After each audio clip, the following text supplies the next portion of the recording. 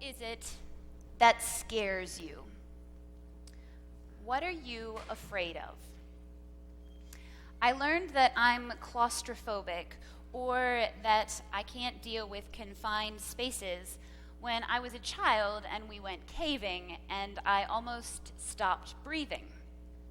I guess that's a pretty valid fear.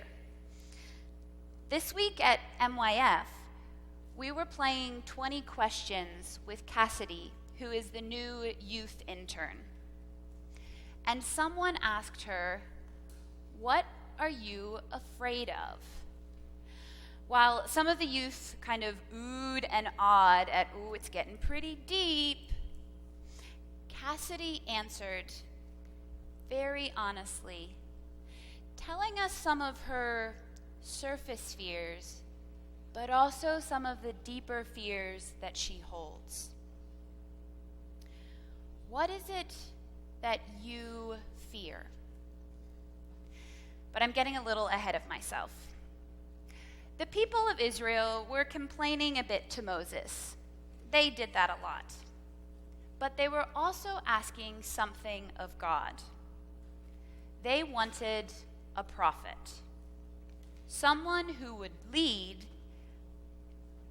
them once Moses was gone and had left them, someone who would listen to the voice of God for them and bring that message to them. It's a huge weight to be a prophet. God will hold accountable those who don't listen to the prophet. But if the prophet doesn't speak God's words, that prophet shall die. This is heavy stuff and somewhat daunting for a preacher. The stakes feel slightly higher getting up here after reading a passage like that. The people of Israel wanted to follow God, but they got a bit scared of being too close to God. And with good reason. Some of the acts of God are a bit terrifying. Violent storms, a pillar of fire, things being destroyed. So they asked to have a prophet, a leader, an intermediary to help them listen to God. A prophet who would give them the space to take a little step away from having to look full into the face of God. So now, let's go back to that idea of fear. Is fear a good thing? What are we afraid of? Yes, there are those little surface fears, a fear of snakes, maybe of falling, a fear of heights, a fear of the dark. But what about those big fears?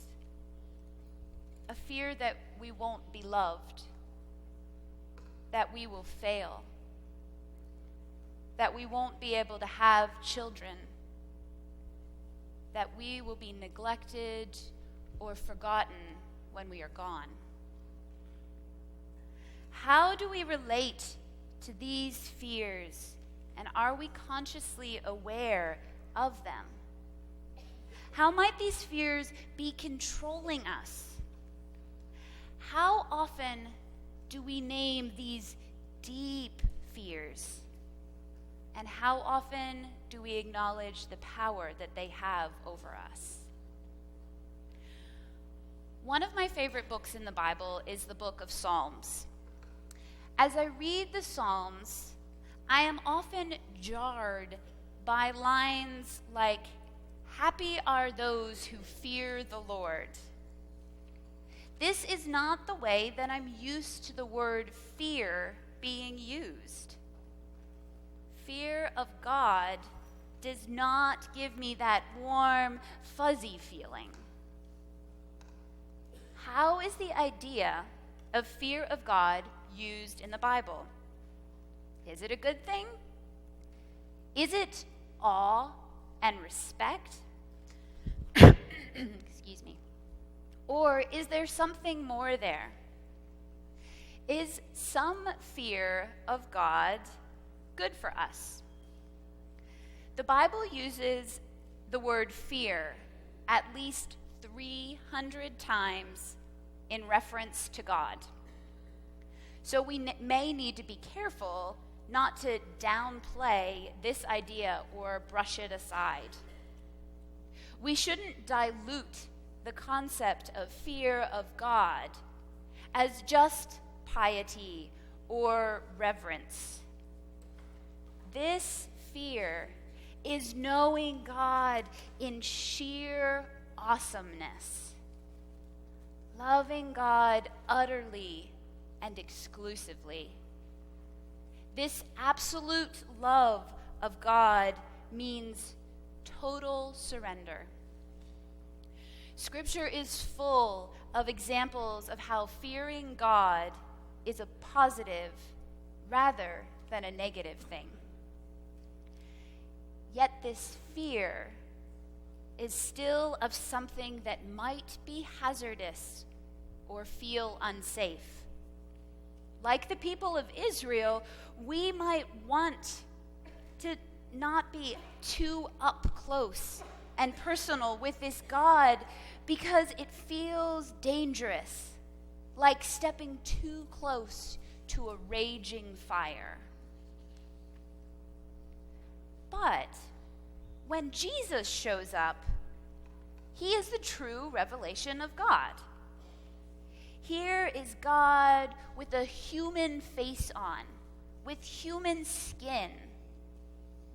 Jesus' teaching in this story here in Mark is met with awe and astonishment. Wow, he is an amazing teacher, and he teaches with such authority. Jesus' teachings and actions feel like something new, and he is welcomed with amazement. And he impresses those who hear him and see him act. Does this Jesus still instill the fear of God?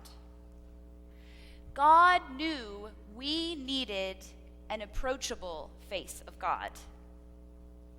Do we at times run to this Jesus that feels more accessible and less threatening, and in so doing, forget that God is bigger and deserves or demands our awe? Over and over, the story plays out in the Old Testament. The people distance themselves from God and fall away. And then they are drawn back to the closeness with God as they revisit the covenant. God doesn't change, but as people shy away from God and step back and let someone else relate to God for them, they take less seriously following God and God being the ultimate in their lives. Not that we want to be driven by fear, but when we step away from God, we lose some of that awe and relationship, and thus find it easier to step away from following God as well. If we don't have some of that immediacy and that admiration or reverence for God, then we start to place other things into the spot in our lives that God should be. When God is not demanding our attention, our obedience, our ultimate allegiance, then other things creep into that space. We may not have idols like they did in the time that Paul wrote to the church at Corinth, but idols are still here, and their power possibly more toxic because we don't name them for what they are. We worship consumerism and materialism. We follow the god of personal success and entitlement. We bow down to the god of individualism and let the push and stress of busyness cut us off from others. Maybe we don't have idols that sit in temples like statues, but they do surround us in our media, our institutions, and our technologies. When this goes unnamed, they may have more power over us than we have over them. Have we lost sight of God and the place of honor and worship that God should have in our lives? Have we replaced the fear of God with fear of our own creation? The church at Corinth were dealing with the issue of eating meat that was sacrificed to idols. The issue that Paul addresses with them is this: don't let your knowledge of God trip you up. It is not you knowing God, but you loving God and God knowing you. I want to say it again so you hear that. It is not you knowing God, but you loving God and God knowing you.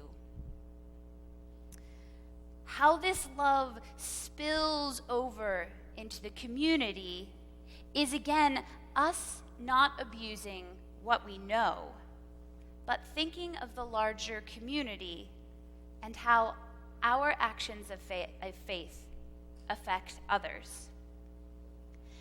It is not that Paul is concerned just that the weaker members of the community will fall away.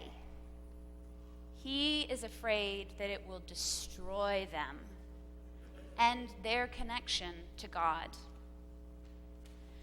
Do we think our knowledge of God is so great that it removes us from looking out for those who are more vulnerable around us? I will admit that when I go out for a drink with my friends, I look around to see if any of you are there. Because I don't know what it means to all of you, and I'm not really sure how you will react. I don't want my actions to restrict or impede the work that I can do here among all of you. I don't believe that it is wrong to have a drink of alcohol, but I am cautious. I am cautious of others' beliefs and of their life stories. So I do not drink with or in front of some of my friends who have struggled with alcoholism. I don't want to be the one who is inviting them into a space that is troublesome and harmful to them. I do not want to be a part of a stumbling block for those that I care about. Hear me when I say this. I am not encouraging us to be fearful of each other or looking over our shoulder every time we do something that we think someone else might not approve of. I do wonder, does a fear of God keep us in right relationship with God and with each other?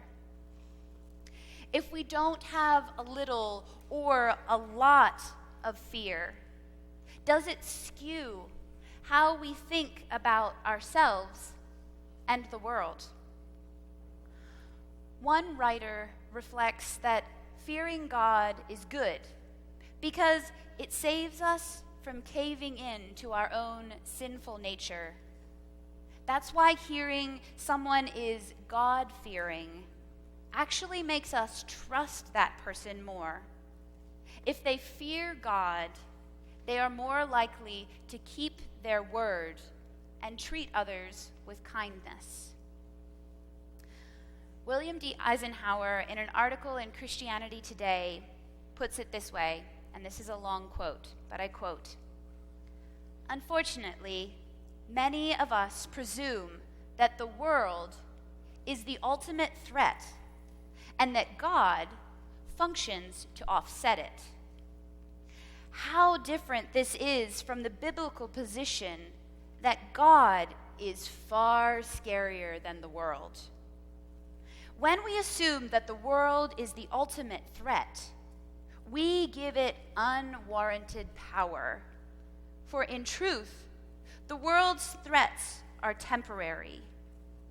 When we expect God to balance the stress of the world, we reduce God to the world's equal.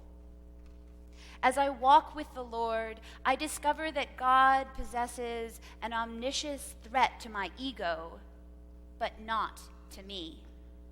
God rescues me from my delusions so God may reveal truth that sets me free. God casts me down only to lift me up again. God sits in judgment of my sins, but forgives me nevertheless. Fear of the Lord is the beginning of wisdom, but love from the Lord is its completion." End quote.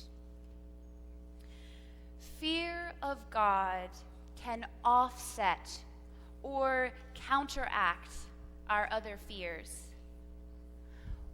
When God or an angel shows up in the Bible, they often will start with, "Fear not."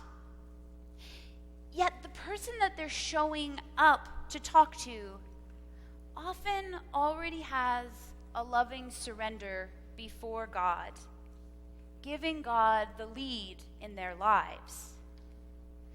In this way, a fear of God can indeed help us to fear not. The actions of Jesus help me to understand this. Through Jesus' death and resurrection, God has taken away one of our ultimate fears, death.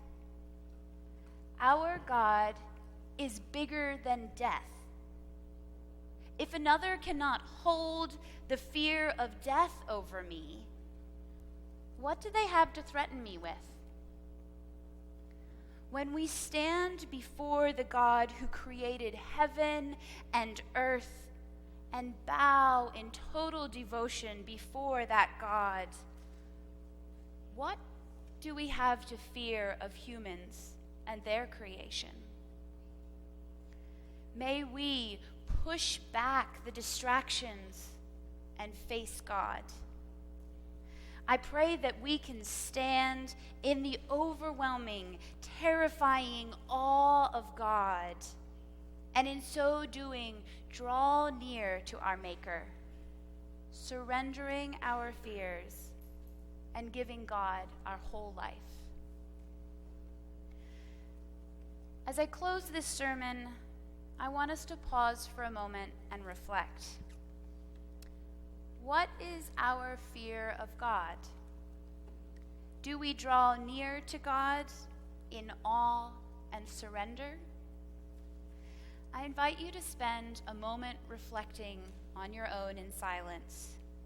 What does the fear of God look like to you or in your life?